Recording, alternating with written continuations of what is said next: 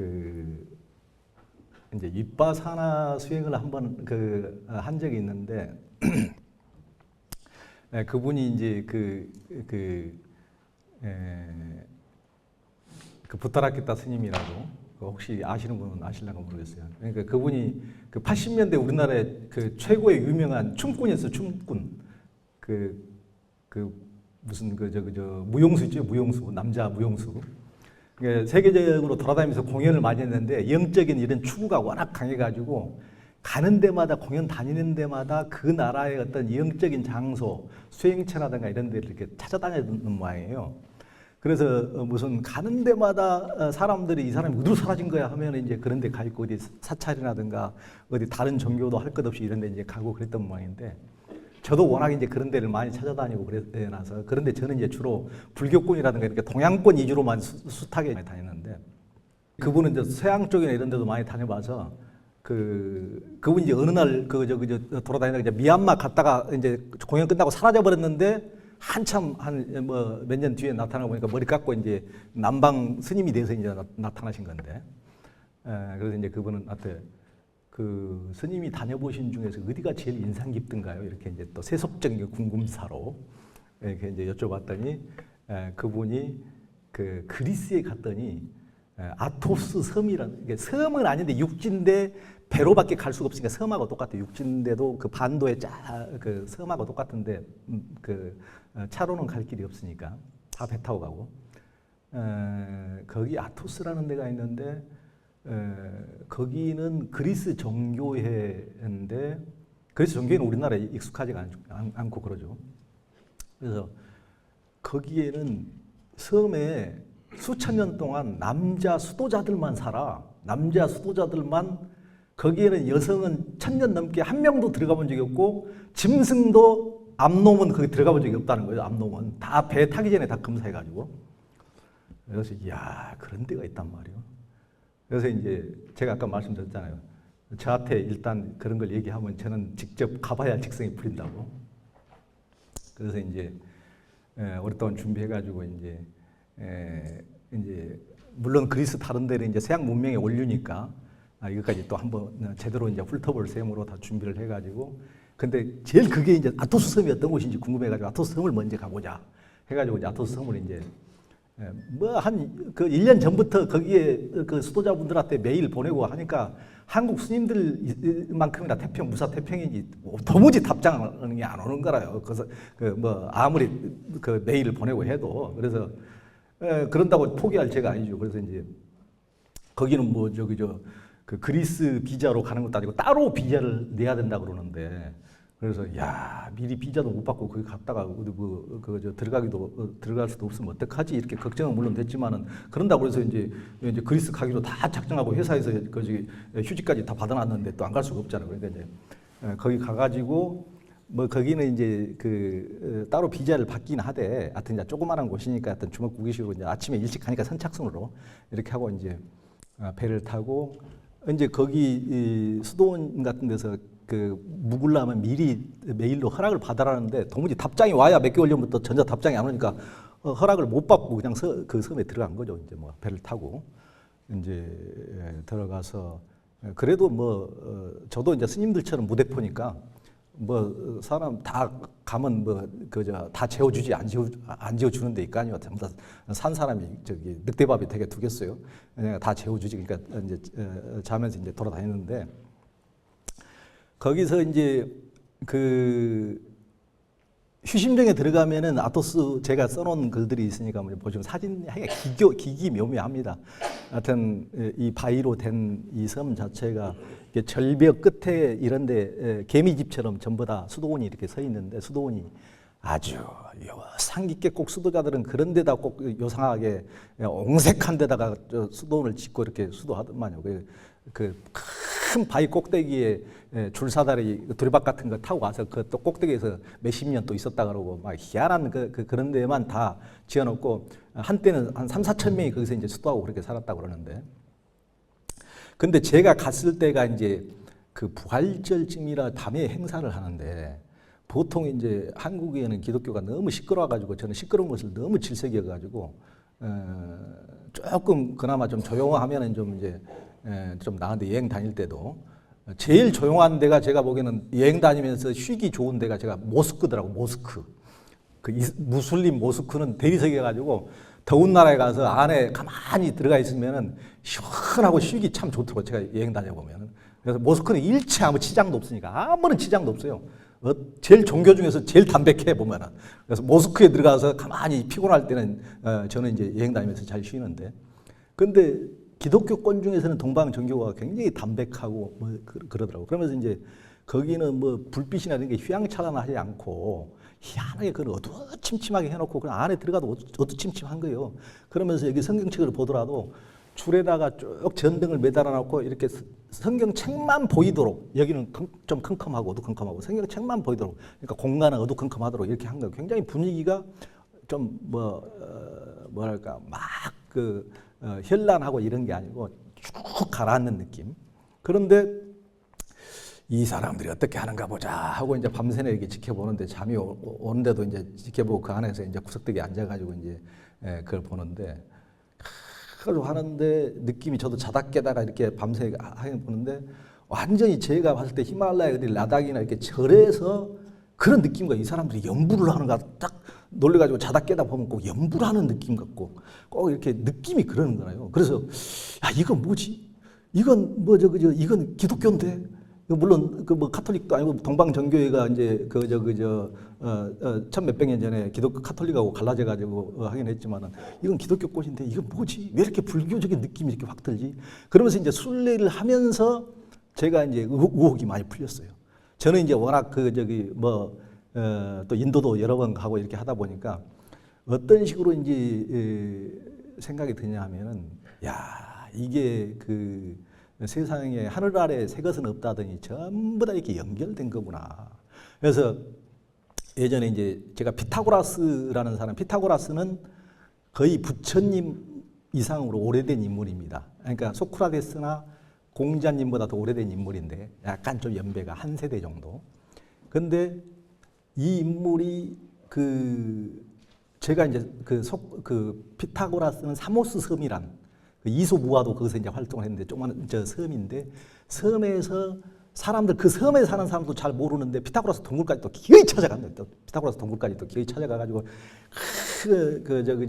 모르는데 그 동굴, 희한한데 그 동굴에까지 찾아가서 이제 피타고라스에 대해서 어떻게 동굴 안에서 이제 이 사람이 교주 노릇을 하고 했는데, 피타고라스는 대단한 천재죠. 이 사람이 그러니까 지구상의 과학의 원조, 수학의 원조, 도레미파솔라시도 5음계로 이 사람이 만들었지. 다 이렇게 엄청난 지구상의 문명의 어떤 창시자인 거예요, 이 양반이.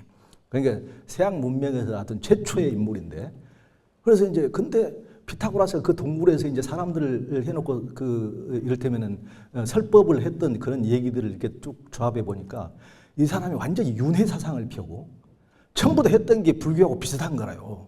그게 이제 또 힌두교하고도 상당히 또 맥락이 닿고, 그래서 야, 이건 뭐지? 근데 이제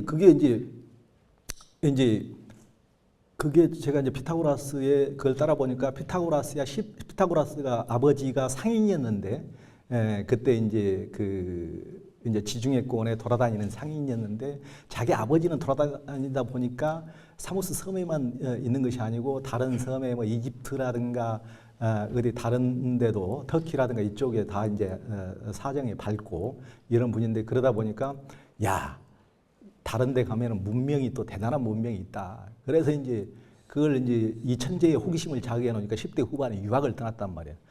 유학을 떠나서 이 사람이 이제 처음에는 탈레스, 그때에서 최고의 학자였던 탈레스한테 갔더니 몇 개월 만에 더 이상 배울 것이 없다. 하산하라. 이렇게 돼버린 거예요. 그러니까 하산하면 이제 돌아와야 되는데, 보통 우리 같은 범인은 부처님도 절대 스승들이 뭐 하산하라 해도 절대 자기 스스로를 점검했을 때 아니면은 계속 또 가시잖아요. 하는 것처럼 피타고라스도 계속 이제 이집트까지 가는 거래요. 그러니까 이 사람이 10대 후반에 떠나가지고 이집트를 가고 메소포타미아까지 간 것은 페르시아 쪽 메소포타미아까지 간 것은 증거가 남아 있어요. 증거가 남아 있는데 근데 이 양반이 사무스 섬으로 돌아온 게 무려 유학 기간이 몇 년이었을 것 같습니까? 보통 우리가 상상하기로 한 어느 정도나 공부를 하고 돌아왔을 것 같아요. 스님 10년. 10년도 대단한 거죠. 근데 피타고라스가 사무스 섬에 다시 돌아온 게 10대 후반에 가지고 56살에 돌아왔어요. 56살. 그러니까 이 사람이 그러니까 그 예전에 그 인도에서 그 한때 최근에 현대에 뭘 날렸던 그 라진시나 뭐 책을 다독을 했던 사람으로 유명한데 엄청난 다독가. 이 사람은 주장하기를 피타고라스가 인도까지 다 왔다 갔다. 인도뿐만 아니라 중국까지, 한국도 왔을지도 몰라요. 그러니까 다 그 오랜 시간 동안 동양 문명을 훑고 갔다는 거예요. 그래서 이 사람이 그래서 저는 이게 이제 가짜가 아니고 제가 맥락이 이해가 가는 거예요. 그러니까 맥락이 왜 이해가 가느냐? 그 이후에 피타고라스의 영향을 받고 소크라테스, 플라톤이 소크라테스는 하나도 저작을 남긴 것이 없고 전부 다 플라톤이라는 사람이 소크라테스의 저작은 다 플라톤이 쓴 건데 플라톤이라는 사람도 철학사에 보면 잃어버린 10년이 있습니다. 잃어버린 10년의 역사인데 이 사람의 형체가 유명하다고 해서 다 형체가 드러난 것이 아니고 예수도 6, 7살 때 사라져가지고 30살 때 그 사이에 흔적은 없어요. 그 사이 제가 보기에는 뭐 잃어버린 예수의 몇 년 인도도 갔다. 저는 충분히 가능성이 있다고 보는 사람입니다. 그러니까 왜 그러냐면은 관념적으로 무슨 주장하는 것이 아니고 저는 직접 발로 걸어다녀 보니까 발로 다녀보고 해보니까 이제 그 얘기는 이 다음에 해드릴게요. 보니까 플라톤도 잃어버린 10년 있는데 그러니까 이집트까지는 간 걸 아는데 이집트에 몇 년 있었는데 그 이후에 흔적을 모르고 이 사람은 어디 갔다 왔지? 어디 갔다 왔길래 이렇게 유식해져 왔지? 근데 제가 보기에는 그 피타고라스로부터 윗대 스승으로부터 들어가지고 인도라는 세상이 있는데 궁금해서 이 사람이 인도에 갔다 왔을 가능성이 있단 말이야. 그게 왜 심증이 더 굳어지냐면은 그러면 플라톤의 제자가 아리스토텔레스고 아리스토텔레스의 제자가 알렉산더입니다. 세계 최대의 제왕, 전 세계를 제패했던 알렉산더 대왕의 개인 스승이 아리스토텔레스란 말이에요. 그런데 알렉산더는 그 20대 초반에 왕이 돼가지고 자기 아버지 필립 2세로부터 물려받아가지고 왕이 돼서 이런 싸움도 잘했지만은 싸움꾼이 아니고 머리가 비상한 친구예요. 머리가 비상해서 이 세상에서 학문의 제왕이라는 아리스토텔레스로부터 어렸을 때부터 개인 지도를 받았으니까. 그러니까 아리스토텔레스의 스승이 플라톤이니까. 그러니까 플라톤이 인도까지 다 가보니까 아리스토텔레스가 자기 제자한테 어렸을 때부터 저기 먼 나라 가면은 뭐가 있고 머리 밀고 이런 사람들이 뭐 어떻게 하고 뭐 수행을 하고 뭐 나체 수행자도 있고 그러니까 이게 궁금할 거 아닙니까? 이게 맥락이 없이 알렉산더가 인도까지 온 게 아니에요. 맥락이 없이 온 게 아니에요. 그래서 이 젊은 친구들은 궁금하면 저처럼 못 참거든. 그러니까 다 들은 가람이 있으니까 내가 기어이 거기는 가고야 말겠다 하고 그 반대에도 불구하고 거기까지 간 거라요. 근데 그게 증거가 더 굳어지는 것은 지금까지도 최고의 그 명작 꼭 읽어보세요. 그것은 지금까지도 가장 역사적으로 오래된 책이지만 아주 유익한 책. 플루타르크 영웅전이 있어요. 플루타르크. 그러니까 2000년 전에 이제 쓰여진 책인데 플루타르크 영웅전에 보면 알렉산더나 이런 사람들이 쭉 나오는데 이제 그때 인물들이 거기 읽어보면 그 나와요. 알렉산더가 이 사람도 워낙 비상한 사람이고 스승한테 다 들은 얘기가 있으니까 아니면 보통 싸움꾼하고는 달라. 거기 가가지고 최고의 수행자들 다 잡아오라 그러네. 이 나라에서 최고의 수행자들을 플루타르크 영웅전 보면 나와요. 최고의 수행자들을 다 잡아오라 그래. 다 잡아와가지고 그 사람들하고 문답을 하는 거예요. 문답을. 전부 다 문답을 주고받아요. 문답을 주고받고 거기에 그 문답이 아주 재미있는 수준이 있어요. 대단히. 그걸 이제 그걸 쭉 문답을 하는 거예요. 그러니까 알렉산더가 북인도까지 가가지고 이제 남은 부하들이 있고 부하들이 남은 왕국이 몇 군데 있는데 그 왕국 중에 그리스인 왕이 불교의 고승과 나가세나와 나눈 대담이 밀라타 왕문경 아닙니까? 경전 아닙니까? 알렉산더의 부하가 남아가지고 그리스인과 스님이 철학적으로 맞짱을 뜬 거예요. 당연히 불교의 고승이 한 수 가르쳐줬지만은 그런 식으로 그때는 이게 알렉산더도 자기 스승이 아리스토텔레스 아닙니까? 이 사람도 보통 사람이 아니에요. 이 아리스토텔레스가 그냥인 것이 아니고 이 사람이 가는 곳마다 식물 채집과 동물을 다 표본을 떠가지고 자기 스승한테 보내주는 거래요. 스승님 연구하시오. 연구하시오 하고 보내줘가지고 그 대신 조건이 있어. 그거 연구한 결과를 절대 딴 사람한테 가르쳐주지 말고 가장 먼저 나한테 가르쳐줘야 돼요. 왜 그러냐면은 그게 어떤 풀이 독초고 어떤 풀이 뭔지 또 뭐 어떤 동물이 얼마나 힘이 있는지 연구 결과를 사람은 정보가 그때 2000 몇 년 전에도 정보가 바로 힘이니까 그것을 다 가는 데마다 수집해가지고 스승한테 그리스까지 보내준단 말이에요. 그래가지고 그걸 이제 했단 말이에요. 근데 이 사람이 이제 후퇴하면서 이 사람이 얼마나 궁금하면은 인도에서 수행자들 후퇴하면서 마차에 태워가지고 가면서 계속 문답을 해요. 아이고 애꿎은 스님들 수행자들만 정말 죽어났지 또. 근데 보통 쌍꾼 가다면 그러겠어요? 얘가 예전부터 스승 때로부터 인도에 대해서 안 들었으면 또 수행자에 대해서 궁금하겠냐고요. 보통 싸움꾼이 보통 정복군주들이 안 그렇잖아요. 알렉산더는 후퇴하는 도중에 메소포타미아에서 33살에 숨을 거둬요.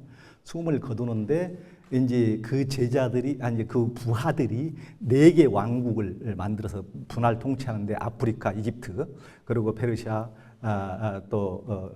그리스, 이제 이쪽 터키 쪽 해가지고 4개 왕국이 이제 분할해서 이제 다스리는데 그때 이제 이집트에 세워진 도시가 알렉산드리아. 그래서 알렉산드리아라는 도시는 그때 당시 인구가 100만이 넘고 장서가 엄청 수십만 구였대요. 그러니까 그때 당시 벌써 2300년 전인데 그때 지금의 뉴욕 같은 데가 알렉산드리아인 거예요. 알렉산드리아인 거예요. 그러면 동양의 책들이고 진지한 책들이 다 그게 알렉산드리아에 모여 있어요. 이게 알렉산더가 동양까지 전부 다 갔다가 인도까지 갔다가 갖고 온 책들이 그게 다 있단 말이에요, 도서관에. 근데 알렉산드리아에서 예수가 태어난 이스라엘, 예루살렘이 아니고 나사렛은 거기하고 가까워. 거기하고 가깝고, 거기 알렉산드리아에 사는 인구의 4분의 1이 유대인이었단 말이에요. 인구의 4분의 1이. 그러면은 예수 입장에서는 우리 동네에 사는 당숙도 저기 산다. 내가 어디 저기 큰 도시 저기 세상에서 엄청 삐까뻔쩍한 대단한 도시가 있다는데 동양의 진기한 책도 다 있고 상인들도 왔다 갔다 하고 뭐 중국 상인, 인도 상인까지 왔다 갔다 하는 뭐 놀라운 도시가 있다는데 거기에 우리 당숙이 몇천 당숙이 거기 가서 산다는데 뭐 4분의 1이 거기 사니까 유대인들이 당숙도 있고 고모도 살고 다 살았을 가능성이 높다고 멀지 않는 곳이니까 그러면은 그 정도로 그 영성 있고 젊은 저만 해도 궁금하면 절대 못 참는데 젊은 사람이 참겠어요? 못 참겠어요? 가봐야 직성이 풀리겠습니까? 안 풀리겠습니까? 그러니까 제가 보기에는 분명히 갔을 가능성이 가고 거기서 알렉산드리아에서 다 또 책도 보고 불경도 보고 해서 이거 내가 내 발로 안 가보고는 또 못 참겠네 해가지고 인도까지 갔을 가능성이 있어요? 없어요? 제국에 있단 말이에요.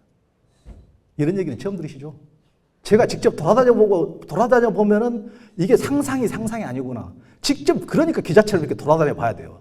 돌아다녀 보면 이게 전혀 뜬구름지 않는 얘기가 아니고 이게 가능해요.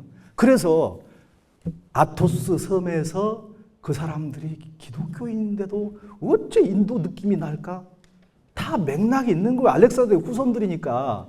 그래서 거기서 나온 것이 헬레니즘, 동서양이 알렉산더를 통해서 회통됐다 해서 헬레니즘 문명이 나오고 거기서 간다라 미술이 탄생하고 그 간다라 미술이 석굴암 부처님 얼굴까지 왔단 말이에요.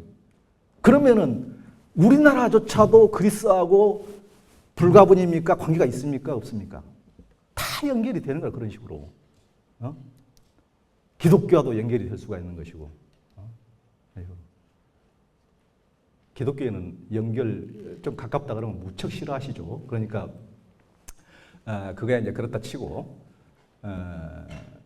근데 객관적으로 봐서는 성경에도 한 7살부터 30살까지는 흔적이 사라져버리고 아무런 적지를 안 했는데 제가 보기에는 기자적으로 봤을 때는 그것이 자기 종단에 유리하면은 당연히 적는데 그것을 분리하기 때문에 적지 않는다. 기록자의 기자적인 생각에는 그렇게 생각할 수밖에 없는 거죠. 그것이 이제 어떤 다른 종교와 관련이 있거나 그래서 이제 뺐을 것이다. 기록자의 입장에서는 당연히 그렇게 생각이 되는 것이죠. 근데 그거야 이제 좀 더 고증을 해보면 될 것이지만은 아마 이런 그 발로 뛰면서 이런 상상을 좀 구체적으로 이렇게 저처럼 나름대로 확신에 차서 얘기하는 사람들은 많지 않으리라고 생각합니다. 제가 이제 마지막 이 강의는 굉장히 저도 이제 종교 전문 기자로서 20년을 살아왔기 때문에 각 종교를 또 비교해 보기도 하고 저는 이제 다양한 종교인들을 직접 제가 많이 인터뷰도 하고 만나보기도 하고 전 세계에서 많이 만나보기도 하고 했기 때문에 또 한국의 종교에 대해서도 이런 식으로 객관적으로 저처럼 저 같은 안목을 가지고 얘기하는 사람은 저는 못 봤어요. 굉장히 어떤 들어보시면은 그 같은 역사인데도 야 저렇게 보니까 이해가 종교에 대한 이해가 쉽게 가는데 이런 식으로 이제 생각이 드실 수 있을 겁니다. 그 한국 이번 이제 수업은 종교의 성패는 공동체에 달려 있다 했고 이제 그렇게 붙였는데요. 종교별 인구 분포를 보면은 최근에 두드러진 경향이 종교가 예전에는 다 종교인 숫자를 합치면은 그 한국 인구를 능가한다고 그랬잖아요. 보통 모든 종교를 합치면 숫자를 합치면은 그런데 이번에 저거 보세요. 종교 없음이 분명히 종교 있음보다 훨씬 더 많게 나오지 않았습니까?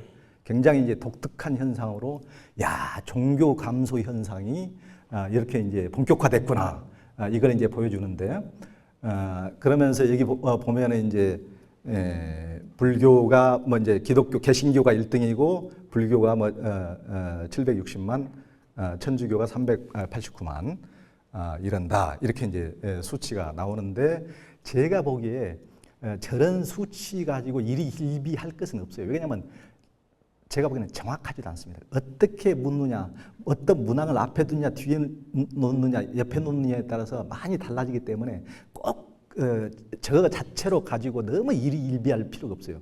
그리고 숫자 몇 명 많으면 뭐든 전부 다 가짜 신자인데 뭐요. 예? 뭐 신자 하거나 말거나 뭐 1년에 한 번 올까 말까 신자들 뭐 수백만이면 뭐예요? 수천만이면. 예?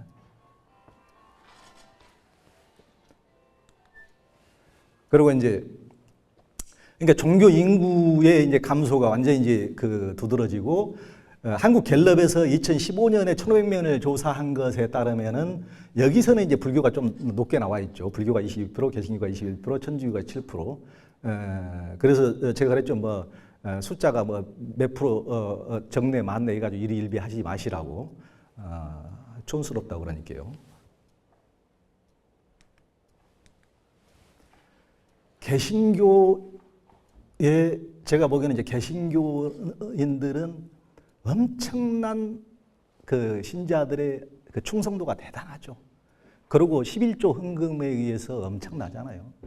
그러니까 지금 뭐 서울에서 이제 불교는 전통적으로 초하루법회하고 불원법회 뭐 이렇게 하면은 한 달에 2번이나 이렇게 요즘에는 뭐 일요일 날도 이제 하시는 사찰들도 있지만 도심 포교당들도 있지만은 그 한 달에 2번 하면서도 거기에 강남에 1,000명 이상 신자들이 법당에 오시는 절이 몇 군데나 돼요. 제가 보기에는 뭐 어디 봉원사, 구룡사, 불광선원, 능인선원 한번 4-5개나 될 거예요. 4-5개나. 한 1,000명 이상 되는 사찰이. 그런데 이를테면은 개신교는 10,000명 이상 일요일마다 오는 교회가 한 50개일 겁니다. 50개. 10,000명 이상. 그러니까 엄청난 거예요. 그런데 더군다나 불자들은 뭐 보시나 하나요? 거기는 딱 11조를 이렇게 딱 11조가 돼 있어가지고 11조를 하니까 그게 이제 어찌 됐건 자금력이 힘이 되는 거잖아요. 자금력이. 그러니까 그런 그 보이지 않는 그런 파워에서 정말 비교가 안 됩니다. 11조라는 거.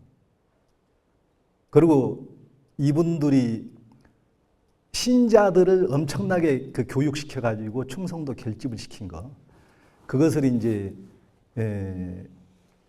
무슨 참 저도 너무 길거리만 가다가도 들이대면은 너무 들이대는 걸 속성상 너무 싫어가지고 이제 그러기도 한데 그냥 객관적으로 보자면은 그분들은 어렸을 때부터 교육이나 이런 데 대해서 엄청난 열정을 기울이는 거예요. 예를 들면은 사찰에 고고하신 스님들은 애기들이 와서 시끄럽게 굴면 야 저리 가서 놀아 이래버리고 무슨 불국사라든가 이런 큰 사찰에도 수학여행객들 오면은 아이고 시끄러운 것들 뭐 법당에 들어봐야 보시 한 푼도 안 되는 것들 일자리 가 이래버리는데 그런 게 아니고 개신교 교회에서는 우리도 어렸을 때 사탕 얻어먹고 공책 연필 여기서도 스님들 중에서 어렸을 때 다 타다 쓰신 분도 많을 거예요. 다 그렇게 투자해가면서 어렸을 때부터 교육시키고 공부 가르치고 엄청난 노력을 기울이는 것. 그러니까 객관적으로 보면은 이를테면 수학여행객들이 오면은 얘들아 사탕을 주면서도 얘들이 멋져가지고 나는 절에 한 번도 안 들어가 봤는데 무엇을 저기 앉아 계신 분이 뭐더냐 저기 무서워하고 굉장히 두려워하면 괜찮아 들어와 사탕 들어와가지고 너희들 소리 안 내고 기도해도 괜찮아 마음속으로만 기도해도 괜찮아 원하는 게 있으면은 그러면은 그 사이에 그 속으로 기도하면은 거기서 자기 마음속에 불연이 맺어지는 것인데 뭐 고고하신 스님들이 귀찮다고 짜리 가 해버리니 이거 어떤 종교에서는 진짜 공책 주고 온갖 초콜릿 줘가면서 어서 오십시오. 애들조차도 신주단지 모시듯이 어서 오라고 얼마나 사찰에서 고급 대접을 해줘요. 어렸을 때부터. 그 정도 투자를 했기 때문에 거둔 열매거든요. 인과응보라 제가 보기에는 인과응보. 인과응보 아시잖아요. 네?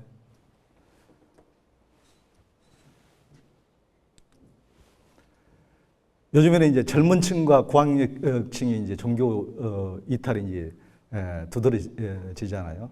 그러니까 이제 조금 지적으로 좀 깨있는 사람일수록 좀 이제 종교나 이런 데 대해서 더 멀리하고 이런 경향들이 엄청나게 이제 많아졌단 말이에요. 각 종교를 이제 비교 분석하신 분들을 저런 분들이 이제 비교해 보니까 저기는 뭐 윤숙용 한국종교문화연구소 이사가 한 건데 이제 저분이 분석하시기에는 사회 변화에 민감한 젊은층과 고학력층을 중심으로 종교적 가치보다 세속적 가치를 우선에 이탈하면서 종교 인구가 점점 고령화해 현상 유지가 쉽지 않아 보인다면서 불자가 줄고 개신교인과 천주교인 성장은 답보 상태라고 밝혔다. 그리고 이제 불교의 침체는 전통만 강조하다 보니 종교적 합리성과 효율성이 크게 뒤져 스스로 찾아온 대중들의 요구를 수용하지 못하고 있기 때문으로 보인다. 저는 이제 꼭 그렇게 전통하고 그런 걸로만 연관 짓지 않습니다. 전통이 있더라도 옛날 훈장처럼 갓 쓰고 있더라도 마음이 열려가지고 얘들하고 잘 노신 또 할아버지들도 있어요. 수염 마음대로 만져도 좋아하면서 같이 놀아주고 얘들하고 그렇게 열린 마음으로 뭔가 하는데 그렇게 열린 마음 함께 하는 동체 대비 힘으로 같이 이렇게 하려는 마음 자세가 별로 없어요. 제가 보기에는 함께 하려는 자세 자체가 저는 그게 크다고 보는 자세, 마음 자세. 그리고 이제 한국 종교의 세 가지 특수성은 한국 종교가 굉장히 이제 독특한 게 있습니다. 한국의 종교적 특성이 보통의 어느 종교를 받아들이느냐에 따라서 이것을 보면은 대부분 다 어떤 그 권력자들, 알렉산더나 뭐 징기스칸이나 뭐 힘센 사람이 인도가 한때 완전히 불교가 싹 쓸어버리고 이슬람이 무굴 제국이 완전히 휩쓸어버렸듯이 딱 폭군들이 와가지고 휩쓸어버리면은 종교를 확 바꿔버리는 권력자들이. 그러면 전부 다 그런 식이 되기 마련인데 이상하게 우리는 그런 식으로 어떤 외국의 침략자가 그가 어떤 종교를 몰고 와서 딱 종교를 심어준 게 아니고 굉장히 우리 스스로 자발적으로 종교들을 하나씩 받아들이는 특성이 있습니다. 굉장히 독특한 특성이에요. 독특한. 그러니까 최근에 카톨릭조차도 이 사람들이 나름대로 이제 조선 후기쯤 되니까 뭔가 나라가 답보 상태에 빠진 것 같고 하니까 소문에 듣기로 청나라에는 희한한 뭐가 새로운 문물이 들어있고 서양도 뭐가 있고 궁금하긴 한데 모르니까 스스로 자발적으로 자기들끼리 모여가지고 정약용 같은 천재들이 모여서 공부를 한 게 서학의 출발 아닙니까? 그런 식으로. 스스로 뭔가 여기서부터 동모를 하는 거예요, 스스로부터. 그게 희한한 거예요. 우리가 그 전에 옛날도 불도를 구하기 위해서 우리가 스스로 찾아 나서고 이런 식으로. 주류 종교가 우리는 끊임없이 변화됩니다. 근데 이게 우리나라만 있는 현상이에요, 거의. 그러니까 예를 들면 유럽이다. 한 번 기독교권이다. 그러면 2000년 동안 계속 기독교예요. 동남아시아다. 한 번 불교다. 그러면 2000년 동안 계속 불교예요. 중동이다. 한 번 이슬람이 생겼다. 그럼 계속 이슬람이에요. 근데 우리처럼 주류 종교가 확 바뀐 데는 희한하게 없습니다. 그러니까 우리가 진짜 희한한 거죠. 그러면 고조선 때까지는 선도나 무속이 그것은 그때는 재정 일치사였으니까 당군님이 이제 그때는 종교적 수장이기도 했지만은 나라의 궁왕이기도 하고 다 겸했죠. 그때는 이제 그러니까 선도나 무속이 완전히 전부 다 장악하고 있었죠. 그 이후에 이제 삼국시대가 돼서 불교가 들어오고, 그러면 이제 통일신라 시대 때는 뭐가 전부 다 국교가 돼요? 고려시대까지. 완전히 불교가 국교가 되고, 개성같이 뭐 인구 조그만 데도 사찰이 2만 개가 있었다 그러니까, 지금 교회처럼 있는 거예요. 지금 교회처럼, 지금 서울에 있는 교회처럼, 개성 같은데. 엄청난, 그러니까 불교가 판을 딱 쓴 거예요, 판을. 딱. 근데 딱 조선이 되니까 스님들 도성 출입도 못해. 그리고 완전히 이제 천민 취급받고, 그러면 왕부터 동네 향방까지 누가 차지해요? 전부 다 유교가 다 차지하는 거예요. 유교가. 싹 쓸어버린 거예요. 유교가. 판이 한순간에 팍 500년 동안 바뀌는 거예요. 그런데 그 주류종교 왕부터 향방까지 싹 차지했던 양반들이 했던 유교가 지금 있어요? 유교는 싹 가버리고, 한때는 구한말 때 민족 종교들이 일어나가지고 천도교라든가 동학혁명으로 완전히 나라를 완전히 뒤흔들기도 하고 근세 횃불이 되기도 하고, 한때는 증산도가 신자가 뭐 300만이었다는 설부터 600만이었다는 설까지 차천자가 있을 때, 그때 뭐 인구가 2천만도 안 되는 시절에, 그러니까 민족 종교들이 한때 부흥을 확 해가지고 또 해가지고, 그게 뭐 지금 거의 명멸해서 쫙 물러가고, 기독교가 들어가지고 불과 3.1운동 때까지만 해도 2, 3%밖에 안 됐는데, 지금 대한민국이 어떻게 보면 기독교판이 되어버린 거예요. 주류 종교가 완전히 이런 식으로 세대 간에 확 바뀌는 이런 나라 봤습니까? 희한하다, 이 나라. 굉장히 독특한 나라입니다. 그러니까 다른 나라에서는 전혀 종교의 미래에 대해서 걱정할 필요 없는데, 이 나라에서는 자기 종교가 주류 종교고 다 제패하고 있다 그래도 어떻게 생각해야 된다고요? 한 키에 가는 수가 있다. 굉장히 독특한 나라다. 그걸 알 수가 있습니다. 실제 그려온 게 우리의 역사고요. 굉장히 독특합니다. 다른 나라에서는 찾아볼 수 없는 역사예요. 통일신라 시대 때는 이런 식으로 엄청난 뭐 황룡사라든가 뭐 그때는 뭐 다 불교판이었으니까요. 대단한 고성. 그러니까 불교라는 게 통일신라 시대 때의 어떤 대단한 휘광을 1500년 전에 그것을 무슨 겉으로 드러난 그 외적인 위용뿐만 아니고 내적인 정신적인 면에서도 1500년 동안이나 전진하는 것이 아니고 제가 보기에는 계속 후퇴. 오녀대사나 그분들을 능가하실 분들이 그 위에 나왔습니까? 뭐 오녀대사 뿐입니까? 그때는 뭐 완전히 거덕쳐 있는 것이 거의 성자님들이죠, 그냥. 조선의 국교는 완전히 유교고, 모든 것을 유교가 완전히 판쓰기를 한 거죠. 완전히. 그러니까 원래 아는 사람이 원래 무서운 거예요. 원래 조선의 유학의 근본은 주자학인데 주자가 대해 종고 스님의 제자하고 가장 절친이어가지고 굉장히 불교를 또 깊이 연구하고 가장 깊이 들어가야 한판 뒤집기를 할 수가 있으니까 가장 가까이 알아서 한판 뒤집기를 한 사람이죠. 그러니까 정도전 같은 사람도 불교를 깊이 연구해서 불시착병 같은 거 알아야 비판도 하니까요. 그러니까 불교는 아무것도 기독교 공부도 안 하고 모르니까 뒤집을 가능성이 있어요, 없어요?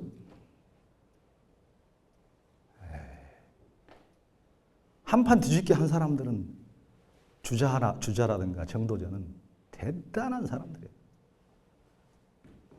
가장 깊게 들어가서 공부를 한 거죠.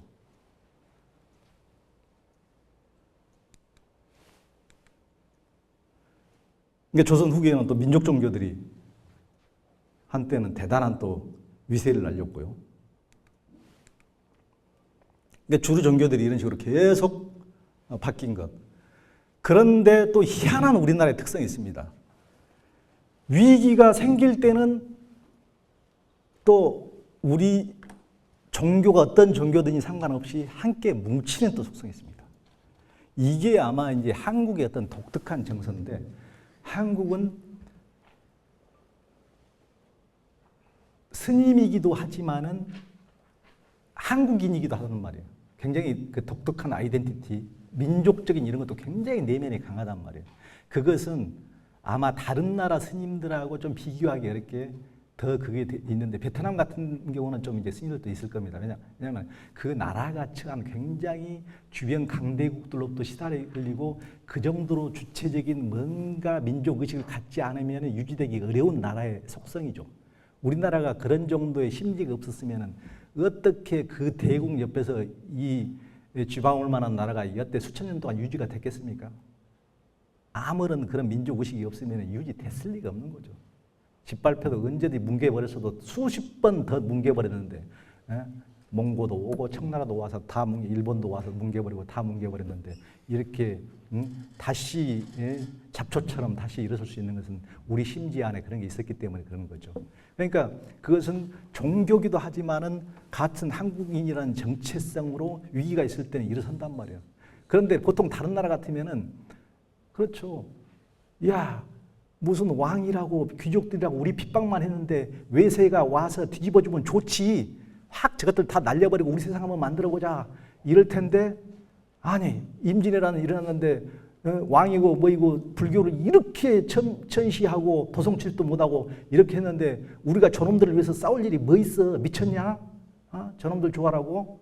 얼마나 서산대사가 선조로부터 구박을 받으셨는데요. 그런데도 민족이라고 같이 하는 거예요. 그 의식 속에서는 이게 불교 내 생각만 하는 것이 아니고 이 공동체성이 있는 거예요. 네? 한민족 공동체성. 그게 독특한 거예요. 그러니까 3.1운동 때도 보잖아요. 일제시대 때. 모든 종교인들이 함께 합치잖아요. 함께 합쳐서. 굉장히 독특해요. 다른 나라에서 보면 다른 나라는 종교인들이 상상을 못해요. 다른 무슨 대회 하는데 대회 같은 거 하면 한국인들이 가는데 한 방에서 호텔에서 한 방에서 스님하고 신부님 이렇게 같이 목사님 이렇게 나오는 거 보면 기겁을 한대요. 이게 뭔 컨셉? 그런데 우리 같은 또 민족이기도 하니까요. 이게 독특한 특성입니다. 다른 나라에서는 잘 이해를 못하는 그런 특성이죠. 그리고 이제 세계 유일의 다종교 국가입니다. 그러니까 예전에는 저도 인도를 다녀보기 전에는 인도가 다종교 국가라고 많이 배웠는데 인도는 실은 다종교 국가라고 좀 보기는 우리나라하고 비교해서는 좀 그래요. 왜 그러냐? 인도는 82%가 힌두교이기 때문에 거의 힌두교의 나라라고 볼 수가 있어요. 근데 워낙 인구가 많으니까 12%밖에 안 되는데도 인도에서 12%밖에 안 되는데도 이슬람이 1억이 넘어버렸는데 워낙 인구 숫자가 많다 보니까 이 인구가 많아서 그러지 그 프로테이지로 봐서는 별게 안 된다. 거기서 이제 그 2차 대전 끝에 분단됐을 때 인도의 힌두교와 무슬림들은 저리 가! 파키스탄으로 이렇게 가서 분리가 됐는데 인도는 워낙 넓은 나라고 파키스탄은 좁은 나라니까 다 거리 들어갈 수가 없잖아요. 다 무게 쟁일 수가 없잖아요. 남아있는 사람만 해도 그렇게 많은 거라. 그런데 무슨 자이나교 뭐 저기 한 500만, 이 12, 3억 중에서 500만이 뭐 눈에 보이기는 하나요. 하도 뭐 벗고 다니고 그런다니까 이제 눈에 가끔 띄지. 뭐 시크교 뭐 3, 400만, 그 눈에 띄나요? 불교 무슨 한 3, 400만, 그게 눈에나 띄나요? 그러니까 거기는 힌두교 국가라고 볼 수가 있어요. 근데 한국은 어때요? 한국은 달라요. 한국은 불교와 개신교와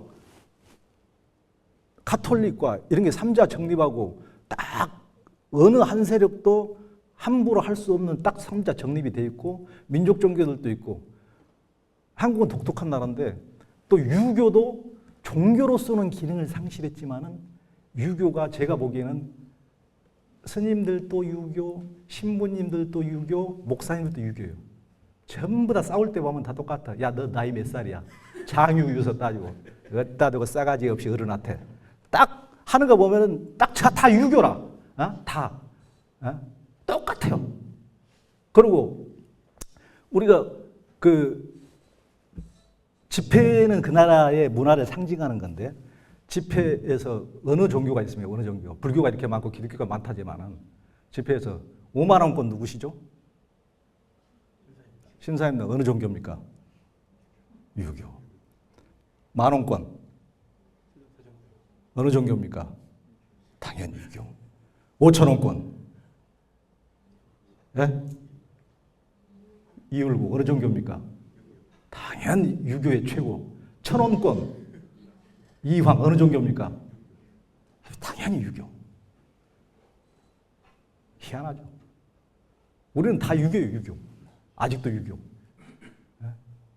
우리의 정신은 유교입니다, 유교. 유교. 유교가 사라진 게 아니에요.